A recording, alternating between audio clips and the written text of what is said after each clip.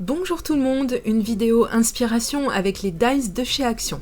Alors voici mon interprétation de la scénette Maison Féerique, un set de dies qu'on trouve encore en ce moment chez Action. Pour réaliser tout ça, on va utiliser la technique du paper piecing. Voici donc le set de matrices de découpe dont il est question. Très complet, il comporte énormément d'éléments que je préfère utiliser dans des créations diverses et pas toutes sur la même. Ça donne un rendu trop enfantin que je voulais pas trop. C'est très joli franchement, j'aime les couleurs utilisées dans ce modèle, mais je vais finalement partir sur quelque chose d'automnal parce que c'est de circonstance. Donc, qui dit paper piecing dit papier. Ben oui, évidemment. Donc j'ai sorti ce bloc de feuilles colorées très épaisses, j'adore. Il vient également de chez Action, mais on peut le retrouver chez Lidl par moment aussi. Alors il reste plus qu'à sélectionner les couleurs qu'on souhaite utiliser et dégainer sa machine de découpe.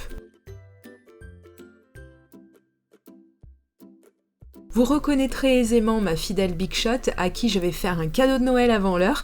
Bientôt, je vais lui offrir des nouvelles plaques de découpe parce qu'elle commence à sérieusement marquer mes papiers et que ça fait plusieurs années que je les ai, alors elles ont bien mérité la retraite, je pense. Ce que j'aime bien avec ces dies, c'est qu'on peut les séparer à la main, inutile d'aller réquisitionner une pince à monsieur et de se faire mal, donc ça c'est plutôt bien pensé.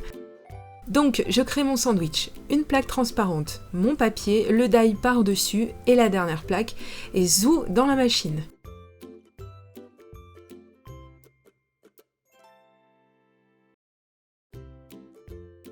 Et comme vous le voyez, ça se découpe très bien, et comme vous le voyez, mes plaques sont si fatiguées que ma découpe reste incrustée dedans.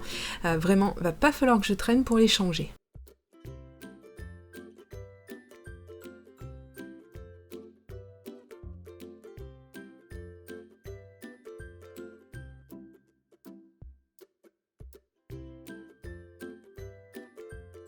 Alors soyons honnêtes, ça prend quand même pas mal de temps pour découper tous ces papiers, surtout si comme moi, vous changez d'avis en route et que vous découpez dans du rose, et puis finalement non, donc je recommence et tout, donc n'espérez pas forcément gagner du temps avec cette technique, encore pire si vous décidez de donner un petit air encore plus automnal à vos découpes. Je m'attaque donc aux pétales. Pour ce faire, je sors ces crayons de couleur, toujours de la même enseigne, et je vais sélectionner 2 teintes pour l'instant.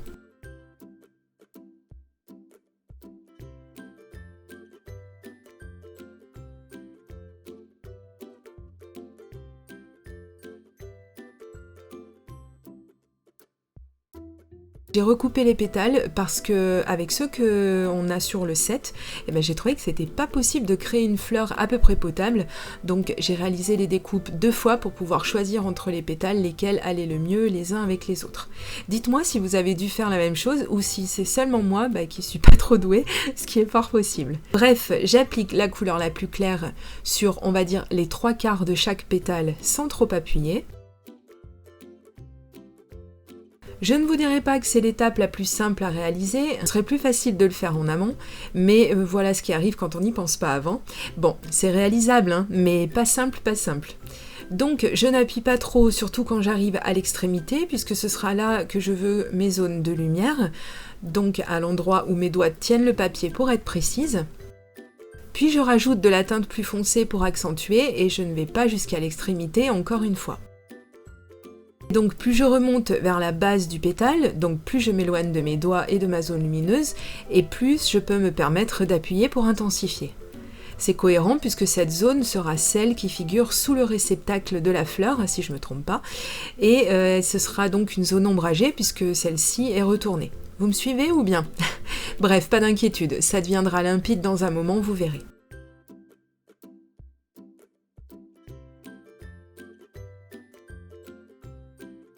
Et bien sûr, comme j'adore me compliquer le scrap, j'ai décidé de rajouter une teinte. Je vous montre celle que j'ai choisi d'ajouter et je termine avec vous la mise en couleur du dernier pétale. J'en suis déjà à l'étape de la seconde teinte et voici l'entrée en scène de la 3e. Vous voyez comme ça donne tout de suite de la profondeur et de l'intensité et une couleur un peu écureuil qui va bien avec le thème que j'ai donné à cette création. J'ai donc bien fait de m'enquiquiner. Et ensuite, je reviens pour fondre un peu plus les couleurs entre elles, même si j'aime cet effet un petit peu tranché finalement. Ensuite, je vais passer à ce moment de ma création où je me suis demandé si vraiment j'allais y arriver. Alors, j'ai pris le corps de ma maisonnette et je me dis encore que heureusement il y a le modèle parce que même si je pensais avoir une idée pour coller le tout ensemble, eh ben ce fut pas une mince affaire, vous voyez. Déjà pour comprendre à peu près dans quel ordre placer les pétales, ben ça a été toute une histoire.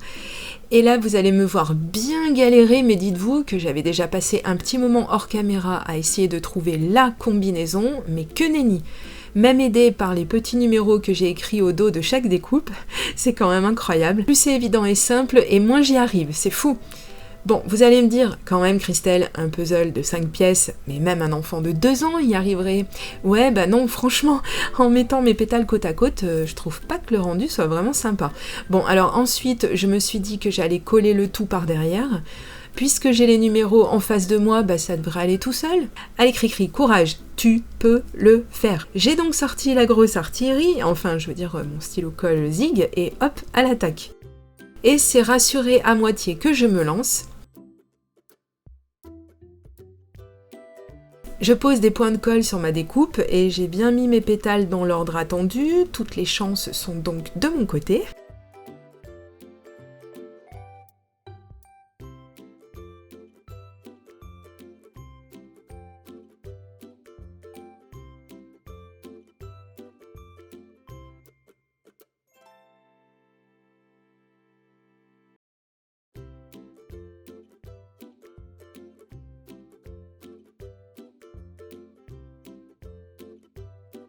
Et enfin, j'y suis arrivée.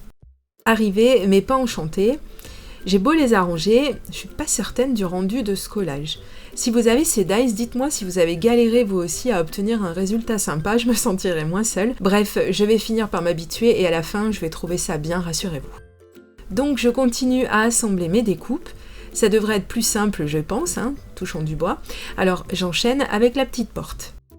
Les 3 éléments sont à superposer, donc je vais démarrer avec la petite fenêtre de la porte que je vais coller, toujours avec mon stylo zig hyper pratique.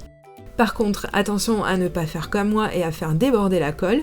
J'aurais dû la poser sur la fenêtre elle-même et non sur le contour. Bon, c'est pas trop grave ici, ça ne se verra pas trop à la fin, mais soyons vigilants.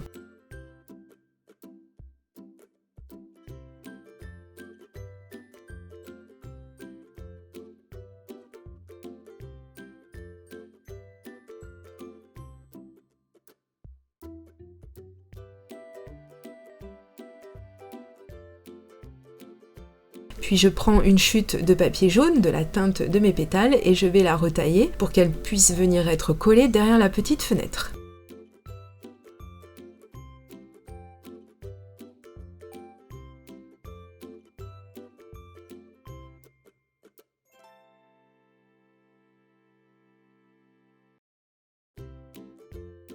Voilà, trop choupinou.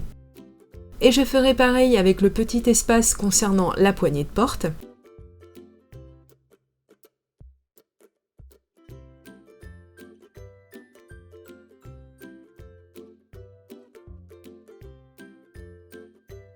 Ce sont des petits détails, mais ça apporte tellement.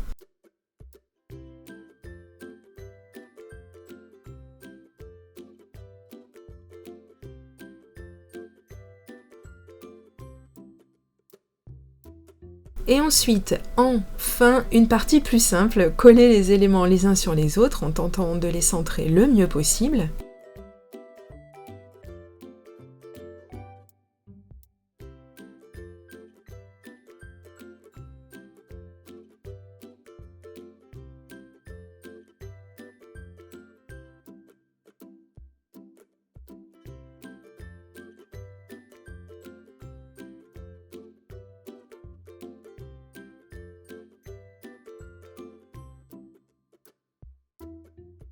Et que serait une maison sans toit? Je vous le demande.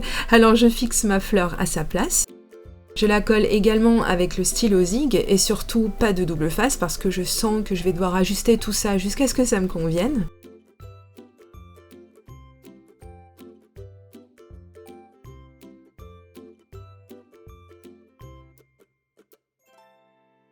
Et ensuite, on peut délicatement mettre un peu de relief à ces pétales en les soulevant.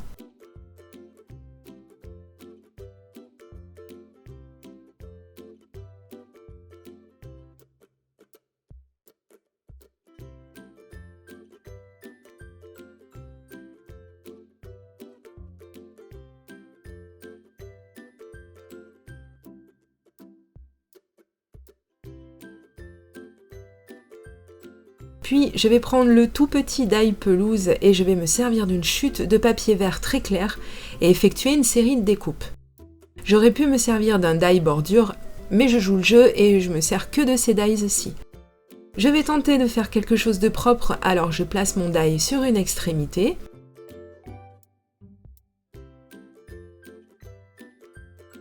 Je passe le tout dans ma machine, et ensuite, je n'aurai qu'à déplacer mon die au fur et à mesure. Ouais, dit comme ça paraît simple, hein, mais là encore, je suis très franche, c'était un petit peu périlleux, surtout si vous avez la bonne idée de faire comme moi, d'y aller sans filet de sécurité, c'est-à-dire que j'aurais pu me servir d'un morceau de masking tape, mais penses-tu? Non, moi j'aime vivre dangereusement, vous comprenez, alors je me donne même pas cette peine et advienne que pourra. Bon, no comment, et pas de souci si ça ne concorde pas à la perfection, on peut revenir avec ses ciseaux et ajuster par la suite.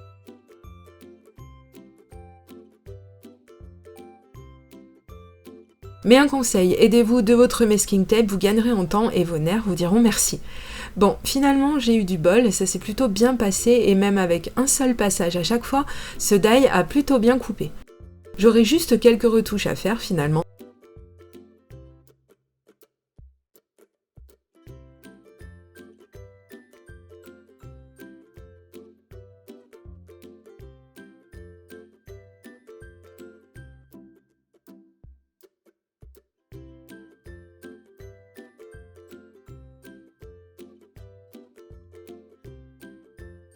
Non, vous ne voyez pas trouble, c'est mon appareil photo qui devient myope avec les années.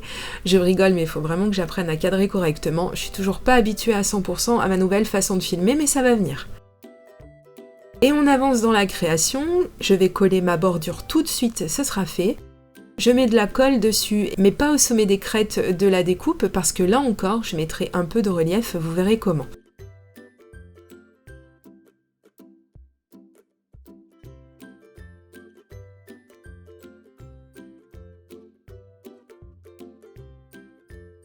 Puis je vais couper les excédents de papier et ce sera ok pour cette partie.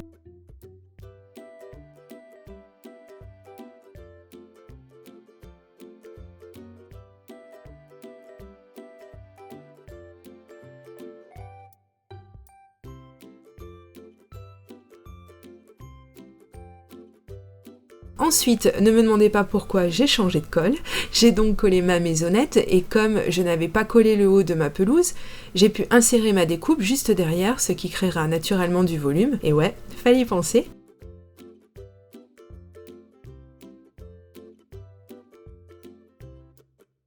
Puis hors caméra, j'ai recoupé des petits bouts d'herbe dans un papier d'une autre teinte de vert que je vais venir positionner entre la maison et la bordure d'herbe que j'ai précédemment collée.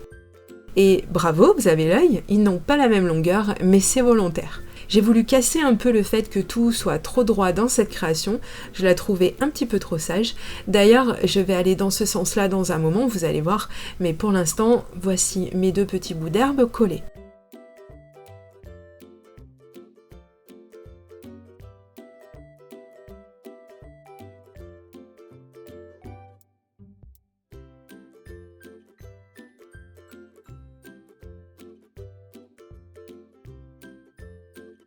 Puis je prends ce bloc, toujours de la même enseigne, et je vais prendre une petite bande de ce papier. Ensuite, je ressors mes dies que j'avais déjà rangés, et je me servirai de la découpe palissade. Big Shot, le retour, et sur ce papier ayant une autre couleur bois, je vais découper 6 fois le die palissade.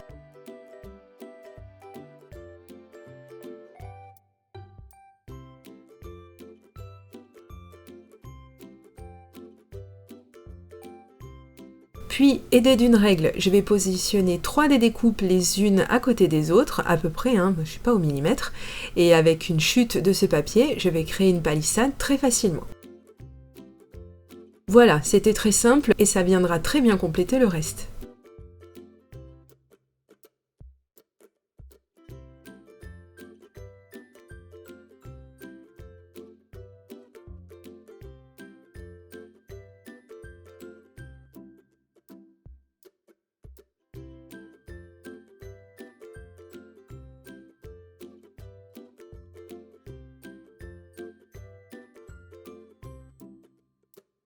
Comme je vous l'ai dit, je voulais pas un rendu trop strict, j'ai donc collé mes 2 palissades de cette façon, et en plus je trouve que ça s'accorde mieux avec la forme arrondie de la maison.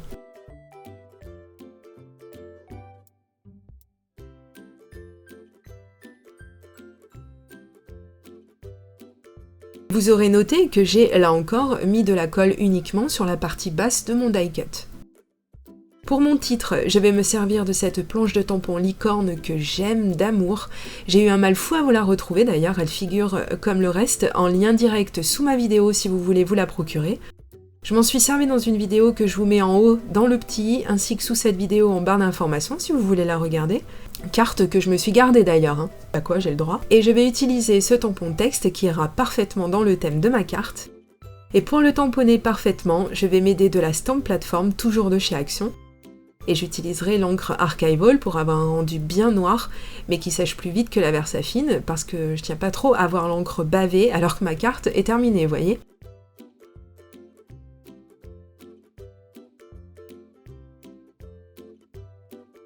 Et c'est ainsi que se termine cette vidéo et la réalisation de cette carte. J'espère qu'elle vous plaît, qu'elle vous donnera envie d'appliquer la technique du paper piecing. Ça change un peu des coloriages par exemple, et ça permet d'avoir des rendus vraiment chouettes. Vous pouvez encore ajouter des choses pour accentuer encore le côté magique et féerique, mais j'ai préféré en rester là parce que je la trouve déjà bien chargée comme ça.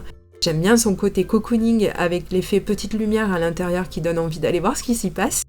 Si cette vidéo vous a plu, alors je vous remercie pour le petit pouce en l'air si vous voulez d'autres vidéos créations. Quant à moi, je vous dis à très bientôt pour de prochaines vidéos.